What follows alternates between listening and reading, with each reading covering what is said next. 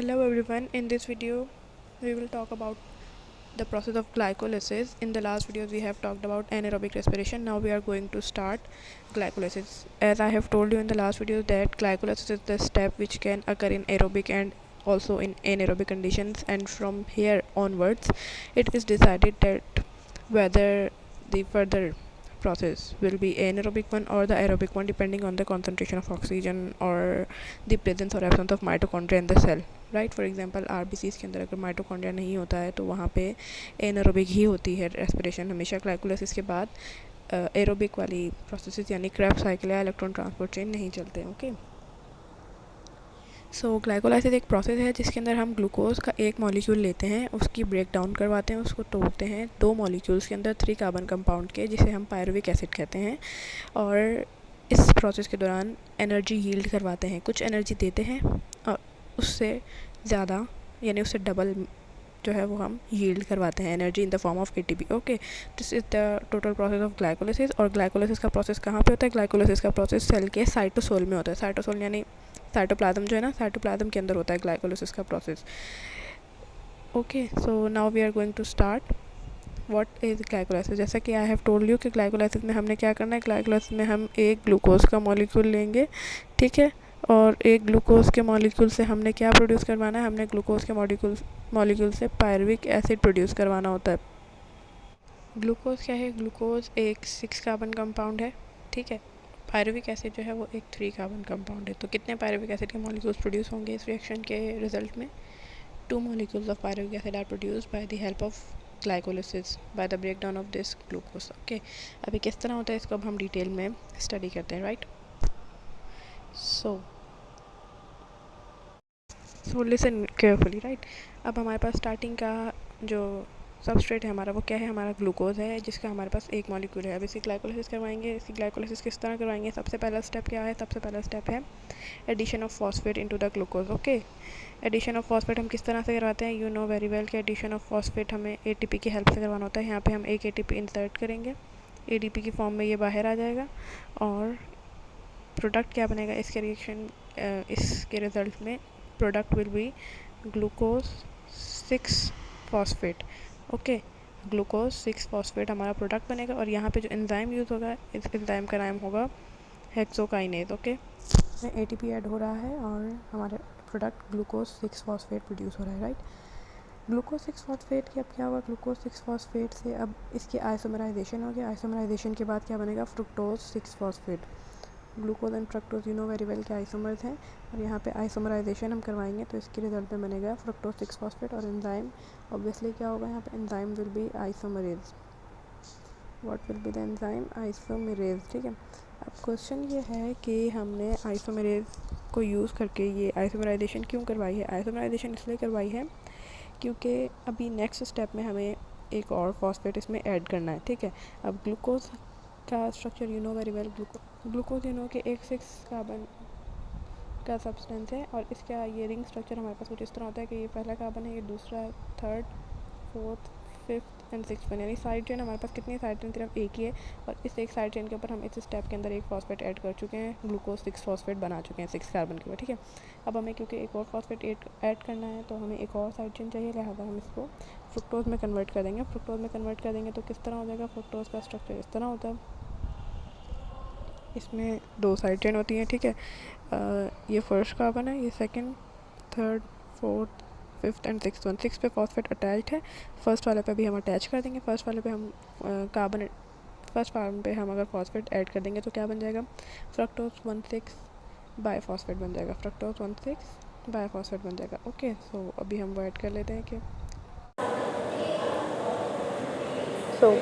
Fructose 6 phosphate. अभी हमने क्या बात की कि एक और सेकंड साइड चेन जो भी हमने क्रिएट की है उस पर हमें फॉस्फेट ग्रुप ऐड करना है। फॉस्फेट ग्रुप ऐड करेंगे तो क्या बन जाएगा? फॉस्फेट ग्रुप ऐड करेंगे तो हमारा जो प्रोडक्ट बनेगा दैट विल बी फ्रुक्टोज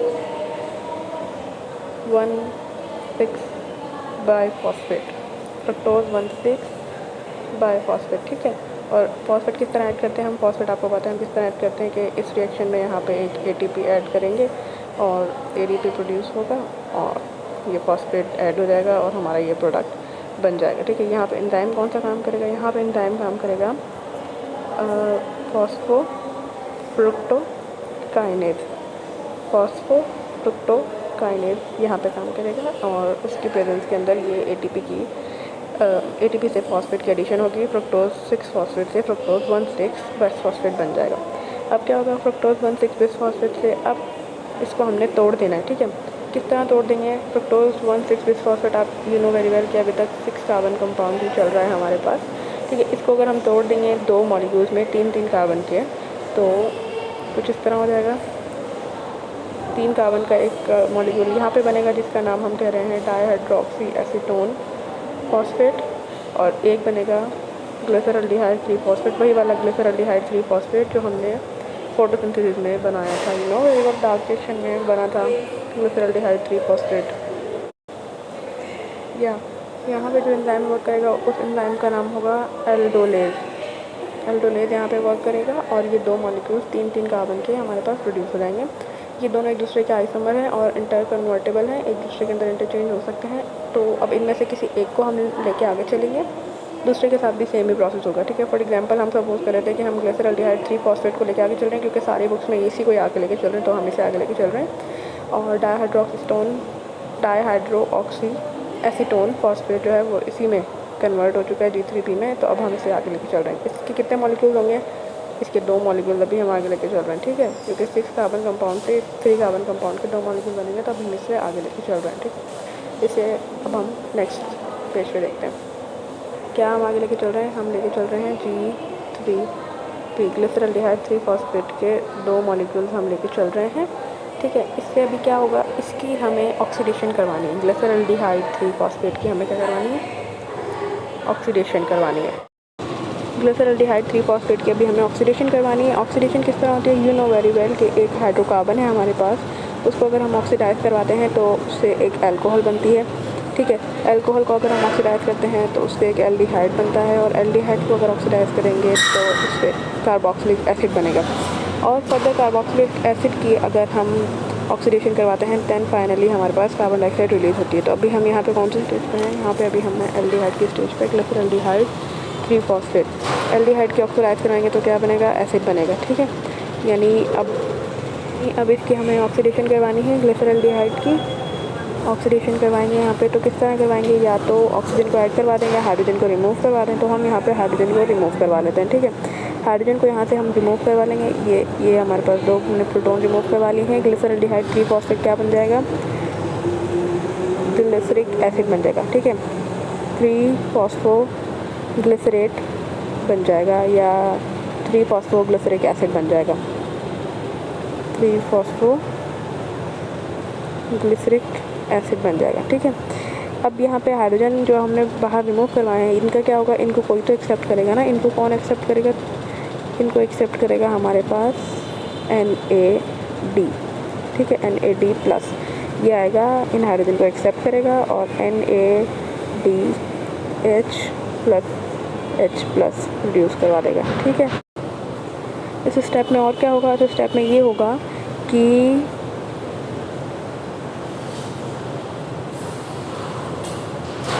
यहाँ पे एक फॉस्फेट ऐड होगा, इनऑर्गेनिक फॉस्फेट, ठीक है। इनऑर्गेनिक फॉस्फेट एक ये ऐड होगा तो क्या प्रोडक्ट बनेगा, तो प्रोडक्ट बनेगा 1,3 फॉस्फोग्लिसरिक एसिड या 1,3 बाईफॉस्फोग्लिसरेट, ये प्रोडक्ट बनेगा, ठीक है। ये एक एसिड हमारे पास यहाँ पे प्रोड्यूस हो चुका है। कितने मॉलिक्यूल इसके प्रोड्यूस होंगे, इसके 2 मॉलिक्यूल यहाँ पे प्रोड्यूस होंगे। यहाँ पे NAD के कितने मॉलिक्यूल प्रोड्यूस होंगे, 2 मॉलिक्यूल यहाँ पे NAD के आएंगे, और NADH प्लस H के भी 2 मॉलिक्यूल प्रोड्यूस होंगे। इनऑर्गेनिक फॉस्फेट भी यहाँ पे 2 ही आएंगे, ठीक है, क्योंकि हम G3P के 2 मॉलिक्यूल लेके चल रहे हैं, सही। अब यहाँ से अगर हम आगे चलते हैं, उससे पहले यहाँ पे एंजाइम कौन सा वर्क करेगा, डीहाइड्रोजिनेज। क्या एंजाइम होगा, डीहाइड्रोजिनेज एक्ट करेगा यहाँ पे, ठीक है। G3P को 1,3 बाईफॉस्फोग्लिसरिक एसिड को बनाने के लिए यहाँ पे डीहाइड्रोजिनेज एक्ट करेगा, ठीक है। यहाँ से अब आगे चलते हैं, यहाँ से आगे चलेंगे तो क्या प्रोडक्ट बनेगी, यहाँ से आगे चलेंगे तो अब ATP रिलीज़ होना शुरू हो जाएगी इसमें से, ठीक है। अभी तक हमें ATP ऐड करवा रहे थे, अब यहाँ से ATP रिमूव करवाने का टाइम आ गया, ठीक है। यहाँ से तो ATP प्रोड्यूस होगी, राइट। पहला फॉस्फेट यहाँ से हम रिमूव करेंगे तो एक ATP प्रोड्यूस होगी, ATP यहाँ पे आएगा, ATP प्रोड्यूस करवाएगा, ठीक है। ATP आएगा, ATP प्रोड्यूस करवाएगा और क्या प्रोडक्ट बनेगा, 3-फॉस्फोग्लिसरिक एसिड बन जाएगा। एक फॉस्फेट रिमूव हो जाएगा। एंजाइम जो यहाँ पे वर्क करेगा वो करेगा फॉस्फोग्लिसरेट काइनेज। फॉस्फोग्लिसरेट काइनेज नाम का एक एंजाइम यहाँ पे वर्क करेगा और ये ATP प्रोड्यूस करवा देगा। एक ATP की यील्ड इस स्टेप पे यहाँ पे हो जाएगी हमारे पास, ठीक है। नेक्स्ट क्या करेंगे, 3-फॉस्फोग्लिसरिक एसिड है ना, ये 3-फॉस्फोग्लिसरिक एसिड की आइसोमराइजेशन करवाएंगे और ये 2-फॉस्फोग्लिसरिक एसिड बन जाएगा। 2-फॉस्फोग्लिसरिक एसिड बन जाएगा। इसका क्या मतलब है कि थर्ड पोजीशन से कार्बन की जो थर्ड कार्बन है जहाँ पे फॉस्फेट लगा हुआ है वहाँ से उठा के हमने फॉस्फेट को सेकंड कार्बन पे लगा दिया, तो 2-फॉस्फोग्लिसरिक एसिड बन जाएगा। इसके 2 मॉलिक्यूल बनेंगे, इसके भी 2 ही मॉलिक्यूल थे हमारे पास।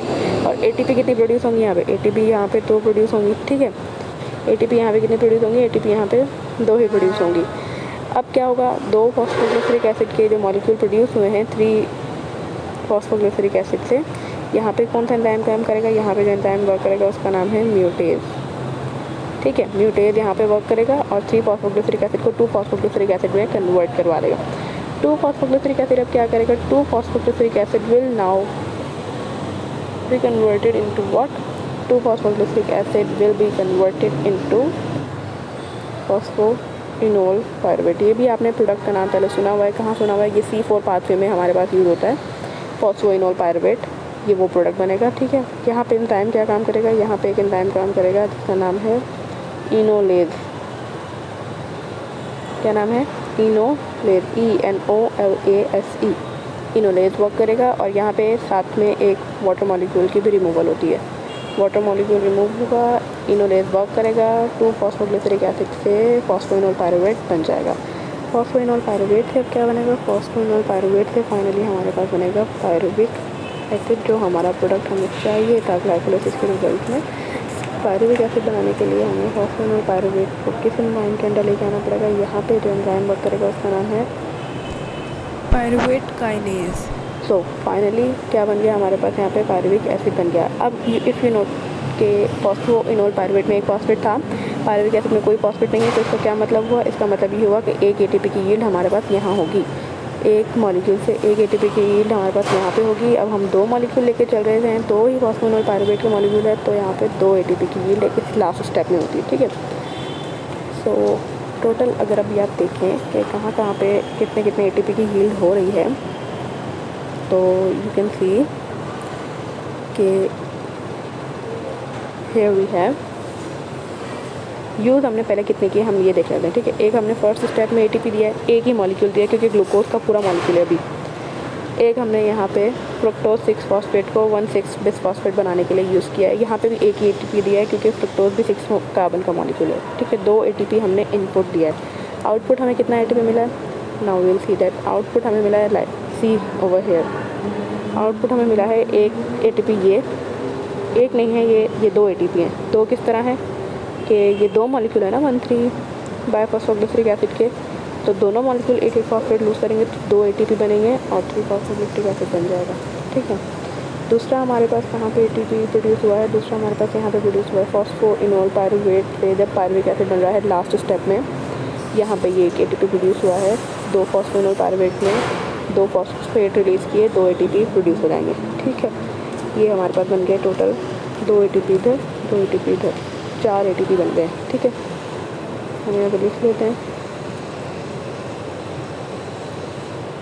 आउटपुट कितना हमारे पास आया है, आउटपुट हमारे पास है 4 ATP का। और हमने दिए कितने ATP थे इसको, इनपुट में हमने दिए थे 2 ATP। कहाँ दिए थे, एक हमने दिया था ग्लूकोज को ग्लूकोज 6 फॉस्फेट बनाते हुए, और दूसरा हमने दिया था फ्रुक्टोज 6 फॉस्फेट को फ्रुक्टोज 1,6 बिस फॉस्फेट बनाते हुए। नेट गेन कितना हुआ, नेट गेन हमारे पास हुआ 2 ATP, यानी हमने 2 यूज़ किए थे, वो 2 इसमें से माइनस कर देते हैं हमारे वापस लेने के लिए, बाकी का इसमें टोटल हमें नेट गेन दिया 2 ATP का, ठीक है।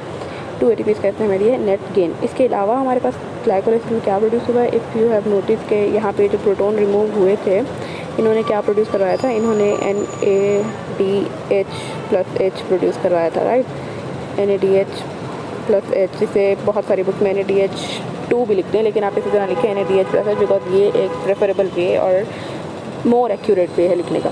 NADH+H यहाँ पे प्रोड्यूस करवाया था। NADH+H भी एक एनर्जी रिच कंपाउंड है और इसको हम आगे क्रेब्स साइकिल में भी प्रोड्यूस करवाएंगे, और सारे NADH+H क्रेब्स साइकिल वाले भी और ये ग्लाइकोलाइसिस वाला भी इलेक्ट्रॉन ट्रांसपोर्ट चेन में जाके इवेंचुअली हमें एटीपी ही बना कर देंगे, ठीक है, एटीपी ही बना कर देंगे। अब वो किस तरह बना कर देंगे वो हम तब देखेंगे जब इलेक्ट्रॉन ट्रांसपोर्ट चेन बढ़ेंगे। तो यहाँ से हमारे पास क्या प्रोड्यूस हो रहा है, 2 एटीपी प्रोड्यूस हो रहे हैं और NADH प्लस H कितने प्रोड्यूस हो रहे हैं, NADH प्लस H भी 2 ही प्रोड्यूस हो रहे हैं, क्योंकि हम 2 मॉलिक्यूल्स हैं ना उसके ग्लिसरॉल्डिहाइड 3-फॉस्फेट के, जिन्हें हम ऑक्सीडाइज करवा रहे हैं और हाइड्रोजन रिमूव करवा रहे हैं। 2 मॉलिक्यूल हैं G3P के, इनको ऑक्सीडाइज करवा के 2 मॉलिक्यूल बना रहे हैं ना ग्लिसरिक एसिड के, 2 NADH प्लस H हमारे पास प्रोड्यूस होंगे यहाँ पे, ठीक।